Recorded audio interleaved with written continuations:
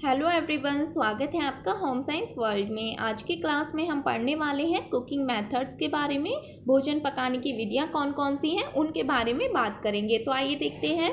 तो हम भोजन पकाते क्यों हैं, हमें क्यों आवश्यकता पड़ती है कि हम भोजन को पकाएं। तो ऐसा तो नहीं है कि हम कच्चा ही भोजन ग्राइंड कर लें। मीट वगैरह हो गया, फिश हो गई या दाल होगी, चावल हो गए, अब उनको कच्चा तो नहीं खा सकते, इसलिए हम भोजन को पकाते हैं। उसको पाचन योग्य बनाने के लिए, भोजन को सुपाच्य बनाने के लिए, साथ ही साथ उसके स्वाद में भी परिवर्तन आए, उसका स्वाद बढ़ाने में सहायक हो, इसलिए हम जो भी कुकिंग मेथड्स हैं उनका प्रयोग करते हैं। भोजन को आकर्षक बना सकें और जितने भी उनमें हानिकारक जीवाणु होते हैं या बैक्टीरिया होते हैं वो कुकिंग मेथड्स के द्वारा नष्ट हो सकें, और उसका जो भोज्य पदार्थ है उनका हम संरक्षण करने के लिए भी कुकिंग मेथड्स का प्रयोग करते हैं। तो कुकिंग मेथड्स में हम 3 तरीके के मेथड्स के बारे में जानेंगे।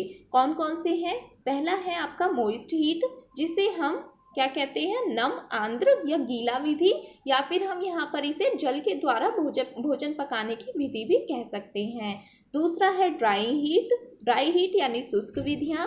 फिर है कॉम्बिनेशन में आपका कोई ऐसी विधि जिसमें हम दो विधियों का प्रयोग करके अपना रहे हैं, ठीक है, वो आपका कॉम्बिनेशन में आ जाएगा। तो मॉइस्ट हीट की यदि हम बात करें, इसमें कौन कौन से आएंगे आपके, तो बॉइलिंग इसमें आएगा, ठीक है, सिमरिंग आएगा, स्टूइंग आएगा, ब्लांचिंग हो गया, पोचिंग, स्टीमिंग, ये सभी क्या हैं आपके मॉइस्ट हीट या फिर जल के द्वारा भोज्य पदार्थ पकाने की विधियां हैं। फिर है ड्राई हीट के अंतर्गत कौन सा आएगा आपका, रोस्टिंग आएगा, ठीक है, ग्रिलिंग और ब्रॉलिंग, ये दोनों एक ही है, तो ये दोनों आ जाएंगे। टोस्टिंग आ जाएगा, बेकिंग हो गया, साउटिंग हो गया, फ्राइंग, ये सभी क्या हैं आपके ड्राई हीट मेथड है कुकिंग के।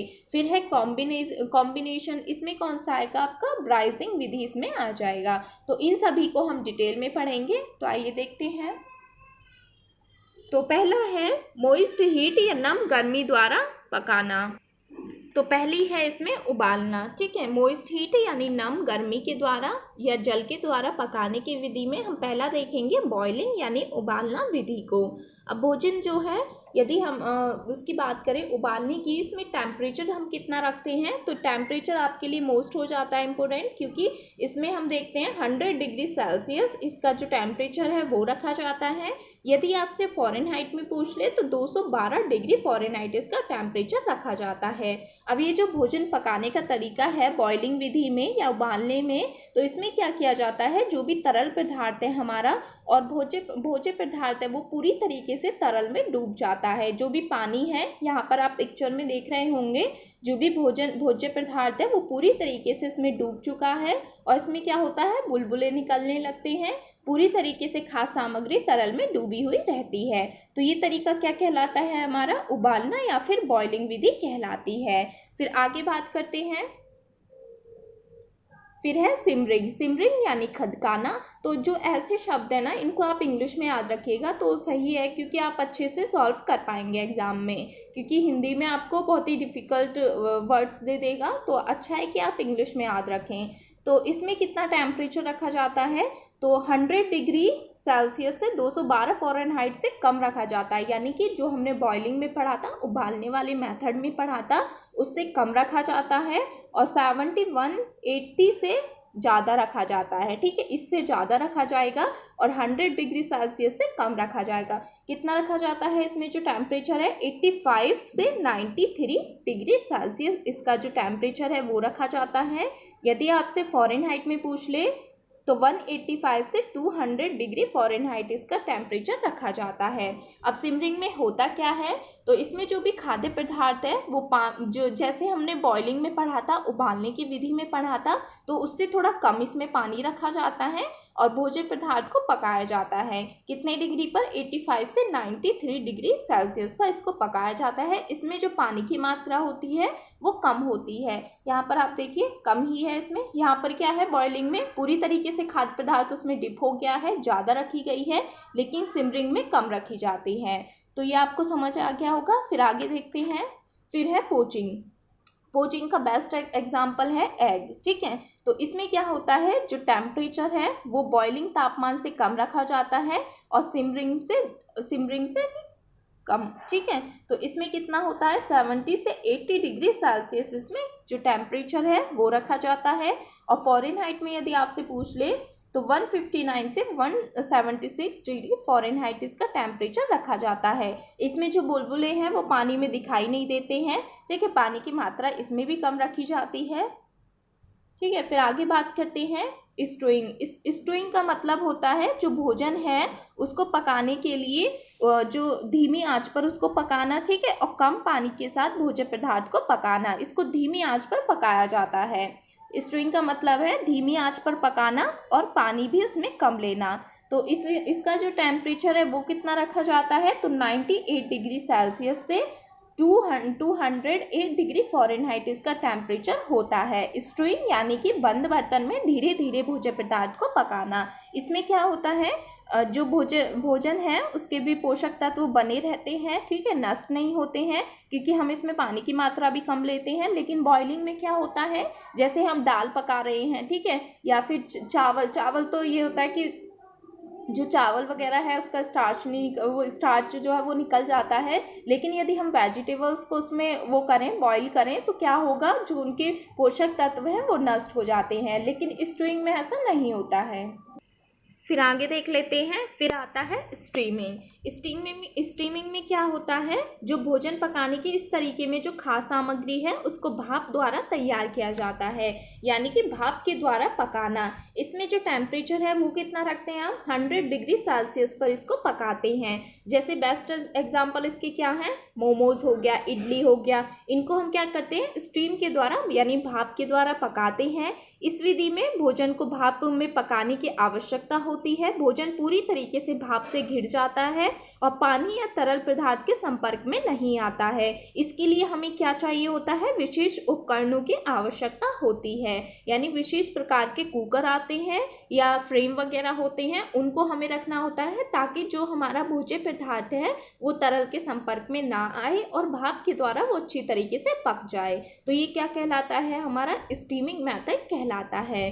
फिर आगे चलते हैं। फिर आता है आपका ब्लांचिंग में हम क्या करते हैं, कुछ भोज्य पदार्थ ऐसे होते हैं जिनको हमें उनको ब्लांचिंग करना होता है। जैसे कि हमने उसे खौलते हुए पानी या उबलते पानी में उसको डाल दिया, ठीक है, यहाँ पर आप देख रहे होंगे टमाटो, ये इस तरीके से डाल दिया इनको। फिर क्या होता है, इसको निकाल कर ठंडे पानी के नीचे इसको रख देते हैं। जैसे यदि आपको चटनी वगैरह टमाटो की बनानी होती है तो उसमें भी हम इस मेथड का प्रयोग करते हैं। जो टमाटो है उनको उस पानी में डाल देंगे, फिर उसको निकाल के, ताकि जो उसकी बाहरी जो परत है वो हट जाए और उसको फिर हम ठंडे पानी से धुल लेते हैं। तो ये सब हमारा क्या कहलाता है, ब्लांचिंग मेथड कहलाता है। फिर आगे चलते हैं। फिर है प्रेशर कुकर के द्वारा भोजन पदार्थ को पकाना, ठीक है। इसमें क्या होता है, इसमें जो टेम्परेचर है वो कितना रखा जाता है, क्वेश्चन आपसे यहाँ से पूछा गया है तो कहीं आपको 120 मिल जाएगा, 121 मिल जाएगा, तो आसपास की आप देख लीजिएगा जो भी लिखी हुई हो।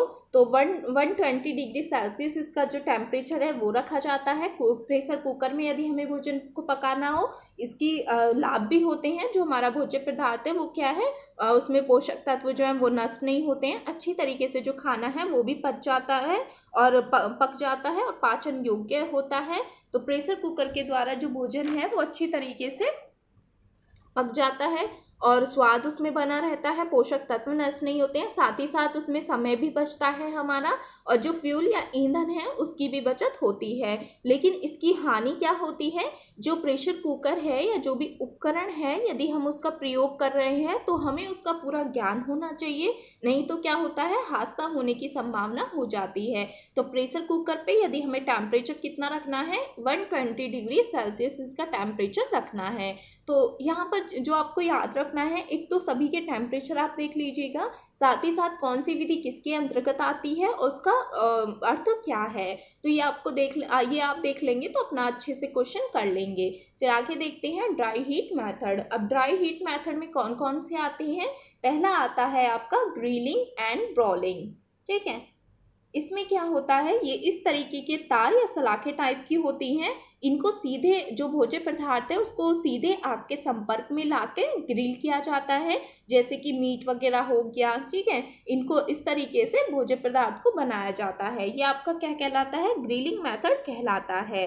फिर इसके लाभ क्या होते हैं, इसे पकाने की त्वरित विधि ये होती है, मतलब बहुत जल्दी इसमें खाना जो है वो पक जाता है, और इसमें जो वसा की मात्रा होती है वो भी बहुत ही कम या फिर आवश्यकता ही नहीं होती है। तो इस तरीके से जो भोजन है वो अच्छे तरीके से पक जाता है। तो ये हमारा क्या कहलाता है, ग्रिलिंग एंड ब्रोलिंग मेथड कहलाता है। फिर आगे चलते हैं बेकिंग। बेकिंग में क्या होता है, इसमें हम ओवन या भट्टी वगैरह का हम प्रयोग करते हैं। इसमें जैसे कि बिस्किट्स वगैरह हमें बनाने हो, केक बनाना हो, तो इस विधि में हम बेकिंग का यूज़ करते हैं, बेकिंग विधि का हम प्रयोग करते हैं इन्हें बनाने के लिए। इसमें क्या करते हैं, जो ओवन होता है, माइक्रोवेव वगैरह होते हैं या भट्टी होती है, उसके अंदर गर्म हवा होती है जिसकी सहायता से जो हमारा भोज्य पदार्थ है वो अच्छी तरीके से उसमें बेक हो जाता है। इसका जो टेम्परेचर है वो भी हम नियंत्रित कर सकते हैं, मेंटेन कर सकते हैं। इसमें थर्मोस्टेट लगे होते हैं जो ओवन होता है, तो उसकी सहायता से हम इस तरीके से जो हमारे भोज्य पदार्थ है उनको बना सकते हैं।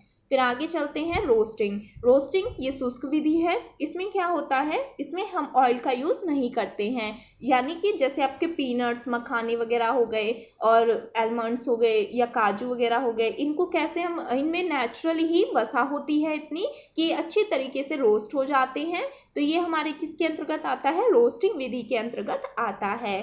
फिर आगे चलते हैं, फिर है आपका साउटिंग। इसमें क्या होता है, इस प्रक्रिया में खाद्य पदार्थ को कम तेल या फैट में तेज आंच पर जल्दी जल्दी से 2-3 मिनट के लिए पकाते हैं। ऐसा करने से जो खाद्य सामग्री है उसका बाहरी हिस्सा थोड़ा सा सख्त हो जाता है और खाद्य सामग्री में स्वाद भी आ जाता है। यहाँ पर आप देख रहे होंगे ये इस तरीके से, यहाँ पर बहुत ही हल्का हल्का ब्राउन आपको नज़र आ रहा होगा। तो इसको बहुत ही तेज आंच पर बहुत ही जल्दी जल्दी से हम इसे पकाते हैं, 2-3 मिनट के लिए तेज आंच पर रखते हैं और इसको कंटिन्यूस को चलाते रहते हैं, ठीक है। तो ये हमारा क्या कहलाता है, साउटिंग विधि कहलाता है। इसमें हम कम वसा और कम फैट का इसमें यूज़ करते हैं। फिर आगे है सैलो विधि या फिर पैन फ्राइंग या उथली विधि हम जिसे कहते हैं। इसमें क्या होता है, उथली विधि में इसमें तेल का कम इस्तेमाल होता है। यहाँ पर आप देख रहे होंगे, आपको नज़र भी आ रहा होगा, बहुत ही कम यूज़ करते हैं हम इससे तेल का। मछली वगैरह यदि हमें तलनी हो तो हम बहुत ही कम इसमें यूज़ करते हैं, ठीक है। और इसमें जो होती है जो डिप रहती है, जो भी खास सामग्री है वो पूरी तरीके से डिप नहीं रहती है, क्योंकि हम तेल इसमें कम यूज़ कर रहे हैं और लगातार इसको पलटते रहते हैं ताकि वो अच्छी तरीके से बन जाए जो भी हमारी खास सामग्री है। फिर आगे बात करते हैं डीप फैट फ्राई। डीप में क्या होता है, जैसे ही नाम से स्पष्ट हो रहा है, जो खाद्य पदार्थ है वो पूरी तरीके से ऑयल में डिप हो जाता है। जैसे पूरी, कचौड़ी, समोसा हो गया, वो पूरी तरीके से यहाँ पर आप देख रहे होंगे ऑयल में पूरी तरीके से डिप हो जाता है और उसको पकाया जाता है। ये डीप फैट फ्राइंग कहलाता है। फिर आगे चलते हैं, फिर है आपका कॉम्बिनेशन ऑफ कुकिंग मेथड। इसमें क्या होता है, इसमें आपकी ब्राइजिंग विधि आती है, ठीक है। अब इसके अंतर्गत क्या होता है, ये आपसे क्वेश्चन पूछा भी गया है। तो ब्राइजिंग विधि में क्या होता है, भोजन बनाने का यह तरीका रोस्टिंग और स्टूइंग की एक संयुक्त विधि है, यानी इसमें हम दो मेथड का यूज़ करते हैं, ठीक है। पहले क्या करेंगे, भोज्य पदार्थ को पहले हम बॉईल कर लेंगे, ठीक है। फिर उसके बाद क्या करेंगे, उसको रोस्ट कर लेंगे, या फिर इसमें स्टूइंग और रोस्टिंग दोनों का यूज़ हो जाता है। स्टूइंग यानी कि धीमी आंच पर उसको पकाना, रोस्टिंग करना, या फिर रोस्टिंग करके उसको स्टूइंग करना। तो इसमें दो विधियों का हम प्रयोग करते हैं। यदि आपसे क्वेश्चन पूछ लिया जाए संयुक्त विधि कौन सी है, तो आपको याद रखना है ब्राइजिंग विधि होती है। तो ये हमने कुछ विधियों के बारे में देखा जो कुकिंग मेथड्स हैं। यदि आपको किसी को इनमें कोई डाउट हो तो आप कमेंट सेक्शन में लिख दीजिएगा। कौन कौन सी थी, तो जल के द्वारा पकाना या मॉइस्ट हीट, नम गर्मी के द्वारा पकाना जिसमें हमने उबालना देखा था, इसका टेम्परेचर देखा था। फिर हमने सिमरिंग देखा, पोचिंग हो गया आपका, स्टूइंग हो गया, स्टीमिंग हो गया, ब्लांचिंग, ठीक है, प्रेशर कुकर के द्वारा। और ड्राई हीट मेथड के अंतर्गत आपका ग्रिलिंग एंड ब्रॉलिंग आ जाएगा, जिसे हम सीधे आग के संपर्क में ले जाकर उसको पकाते हैं भोज्य पदार्थ को। बेकिंग हो गया आपका, रोस्टिंग हो गया, ठीक है, भूनना। फिर आपका आएगा साउटिंग, ठीक है, इसमें हम तेज आंच पर 2-3 मिनट के लिए खाद्य सामग्री को हल्का सा भूनते हैं, चाट वगैरह होगी उस टाइप का यदि हमें कुछ बनाना हो। ये है आपका shallow fat frying, pan frying या फिर उथली विधि हम इसे कहते हैं।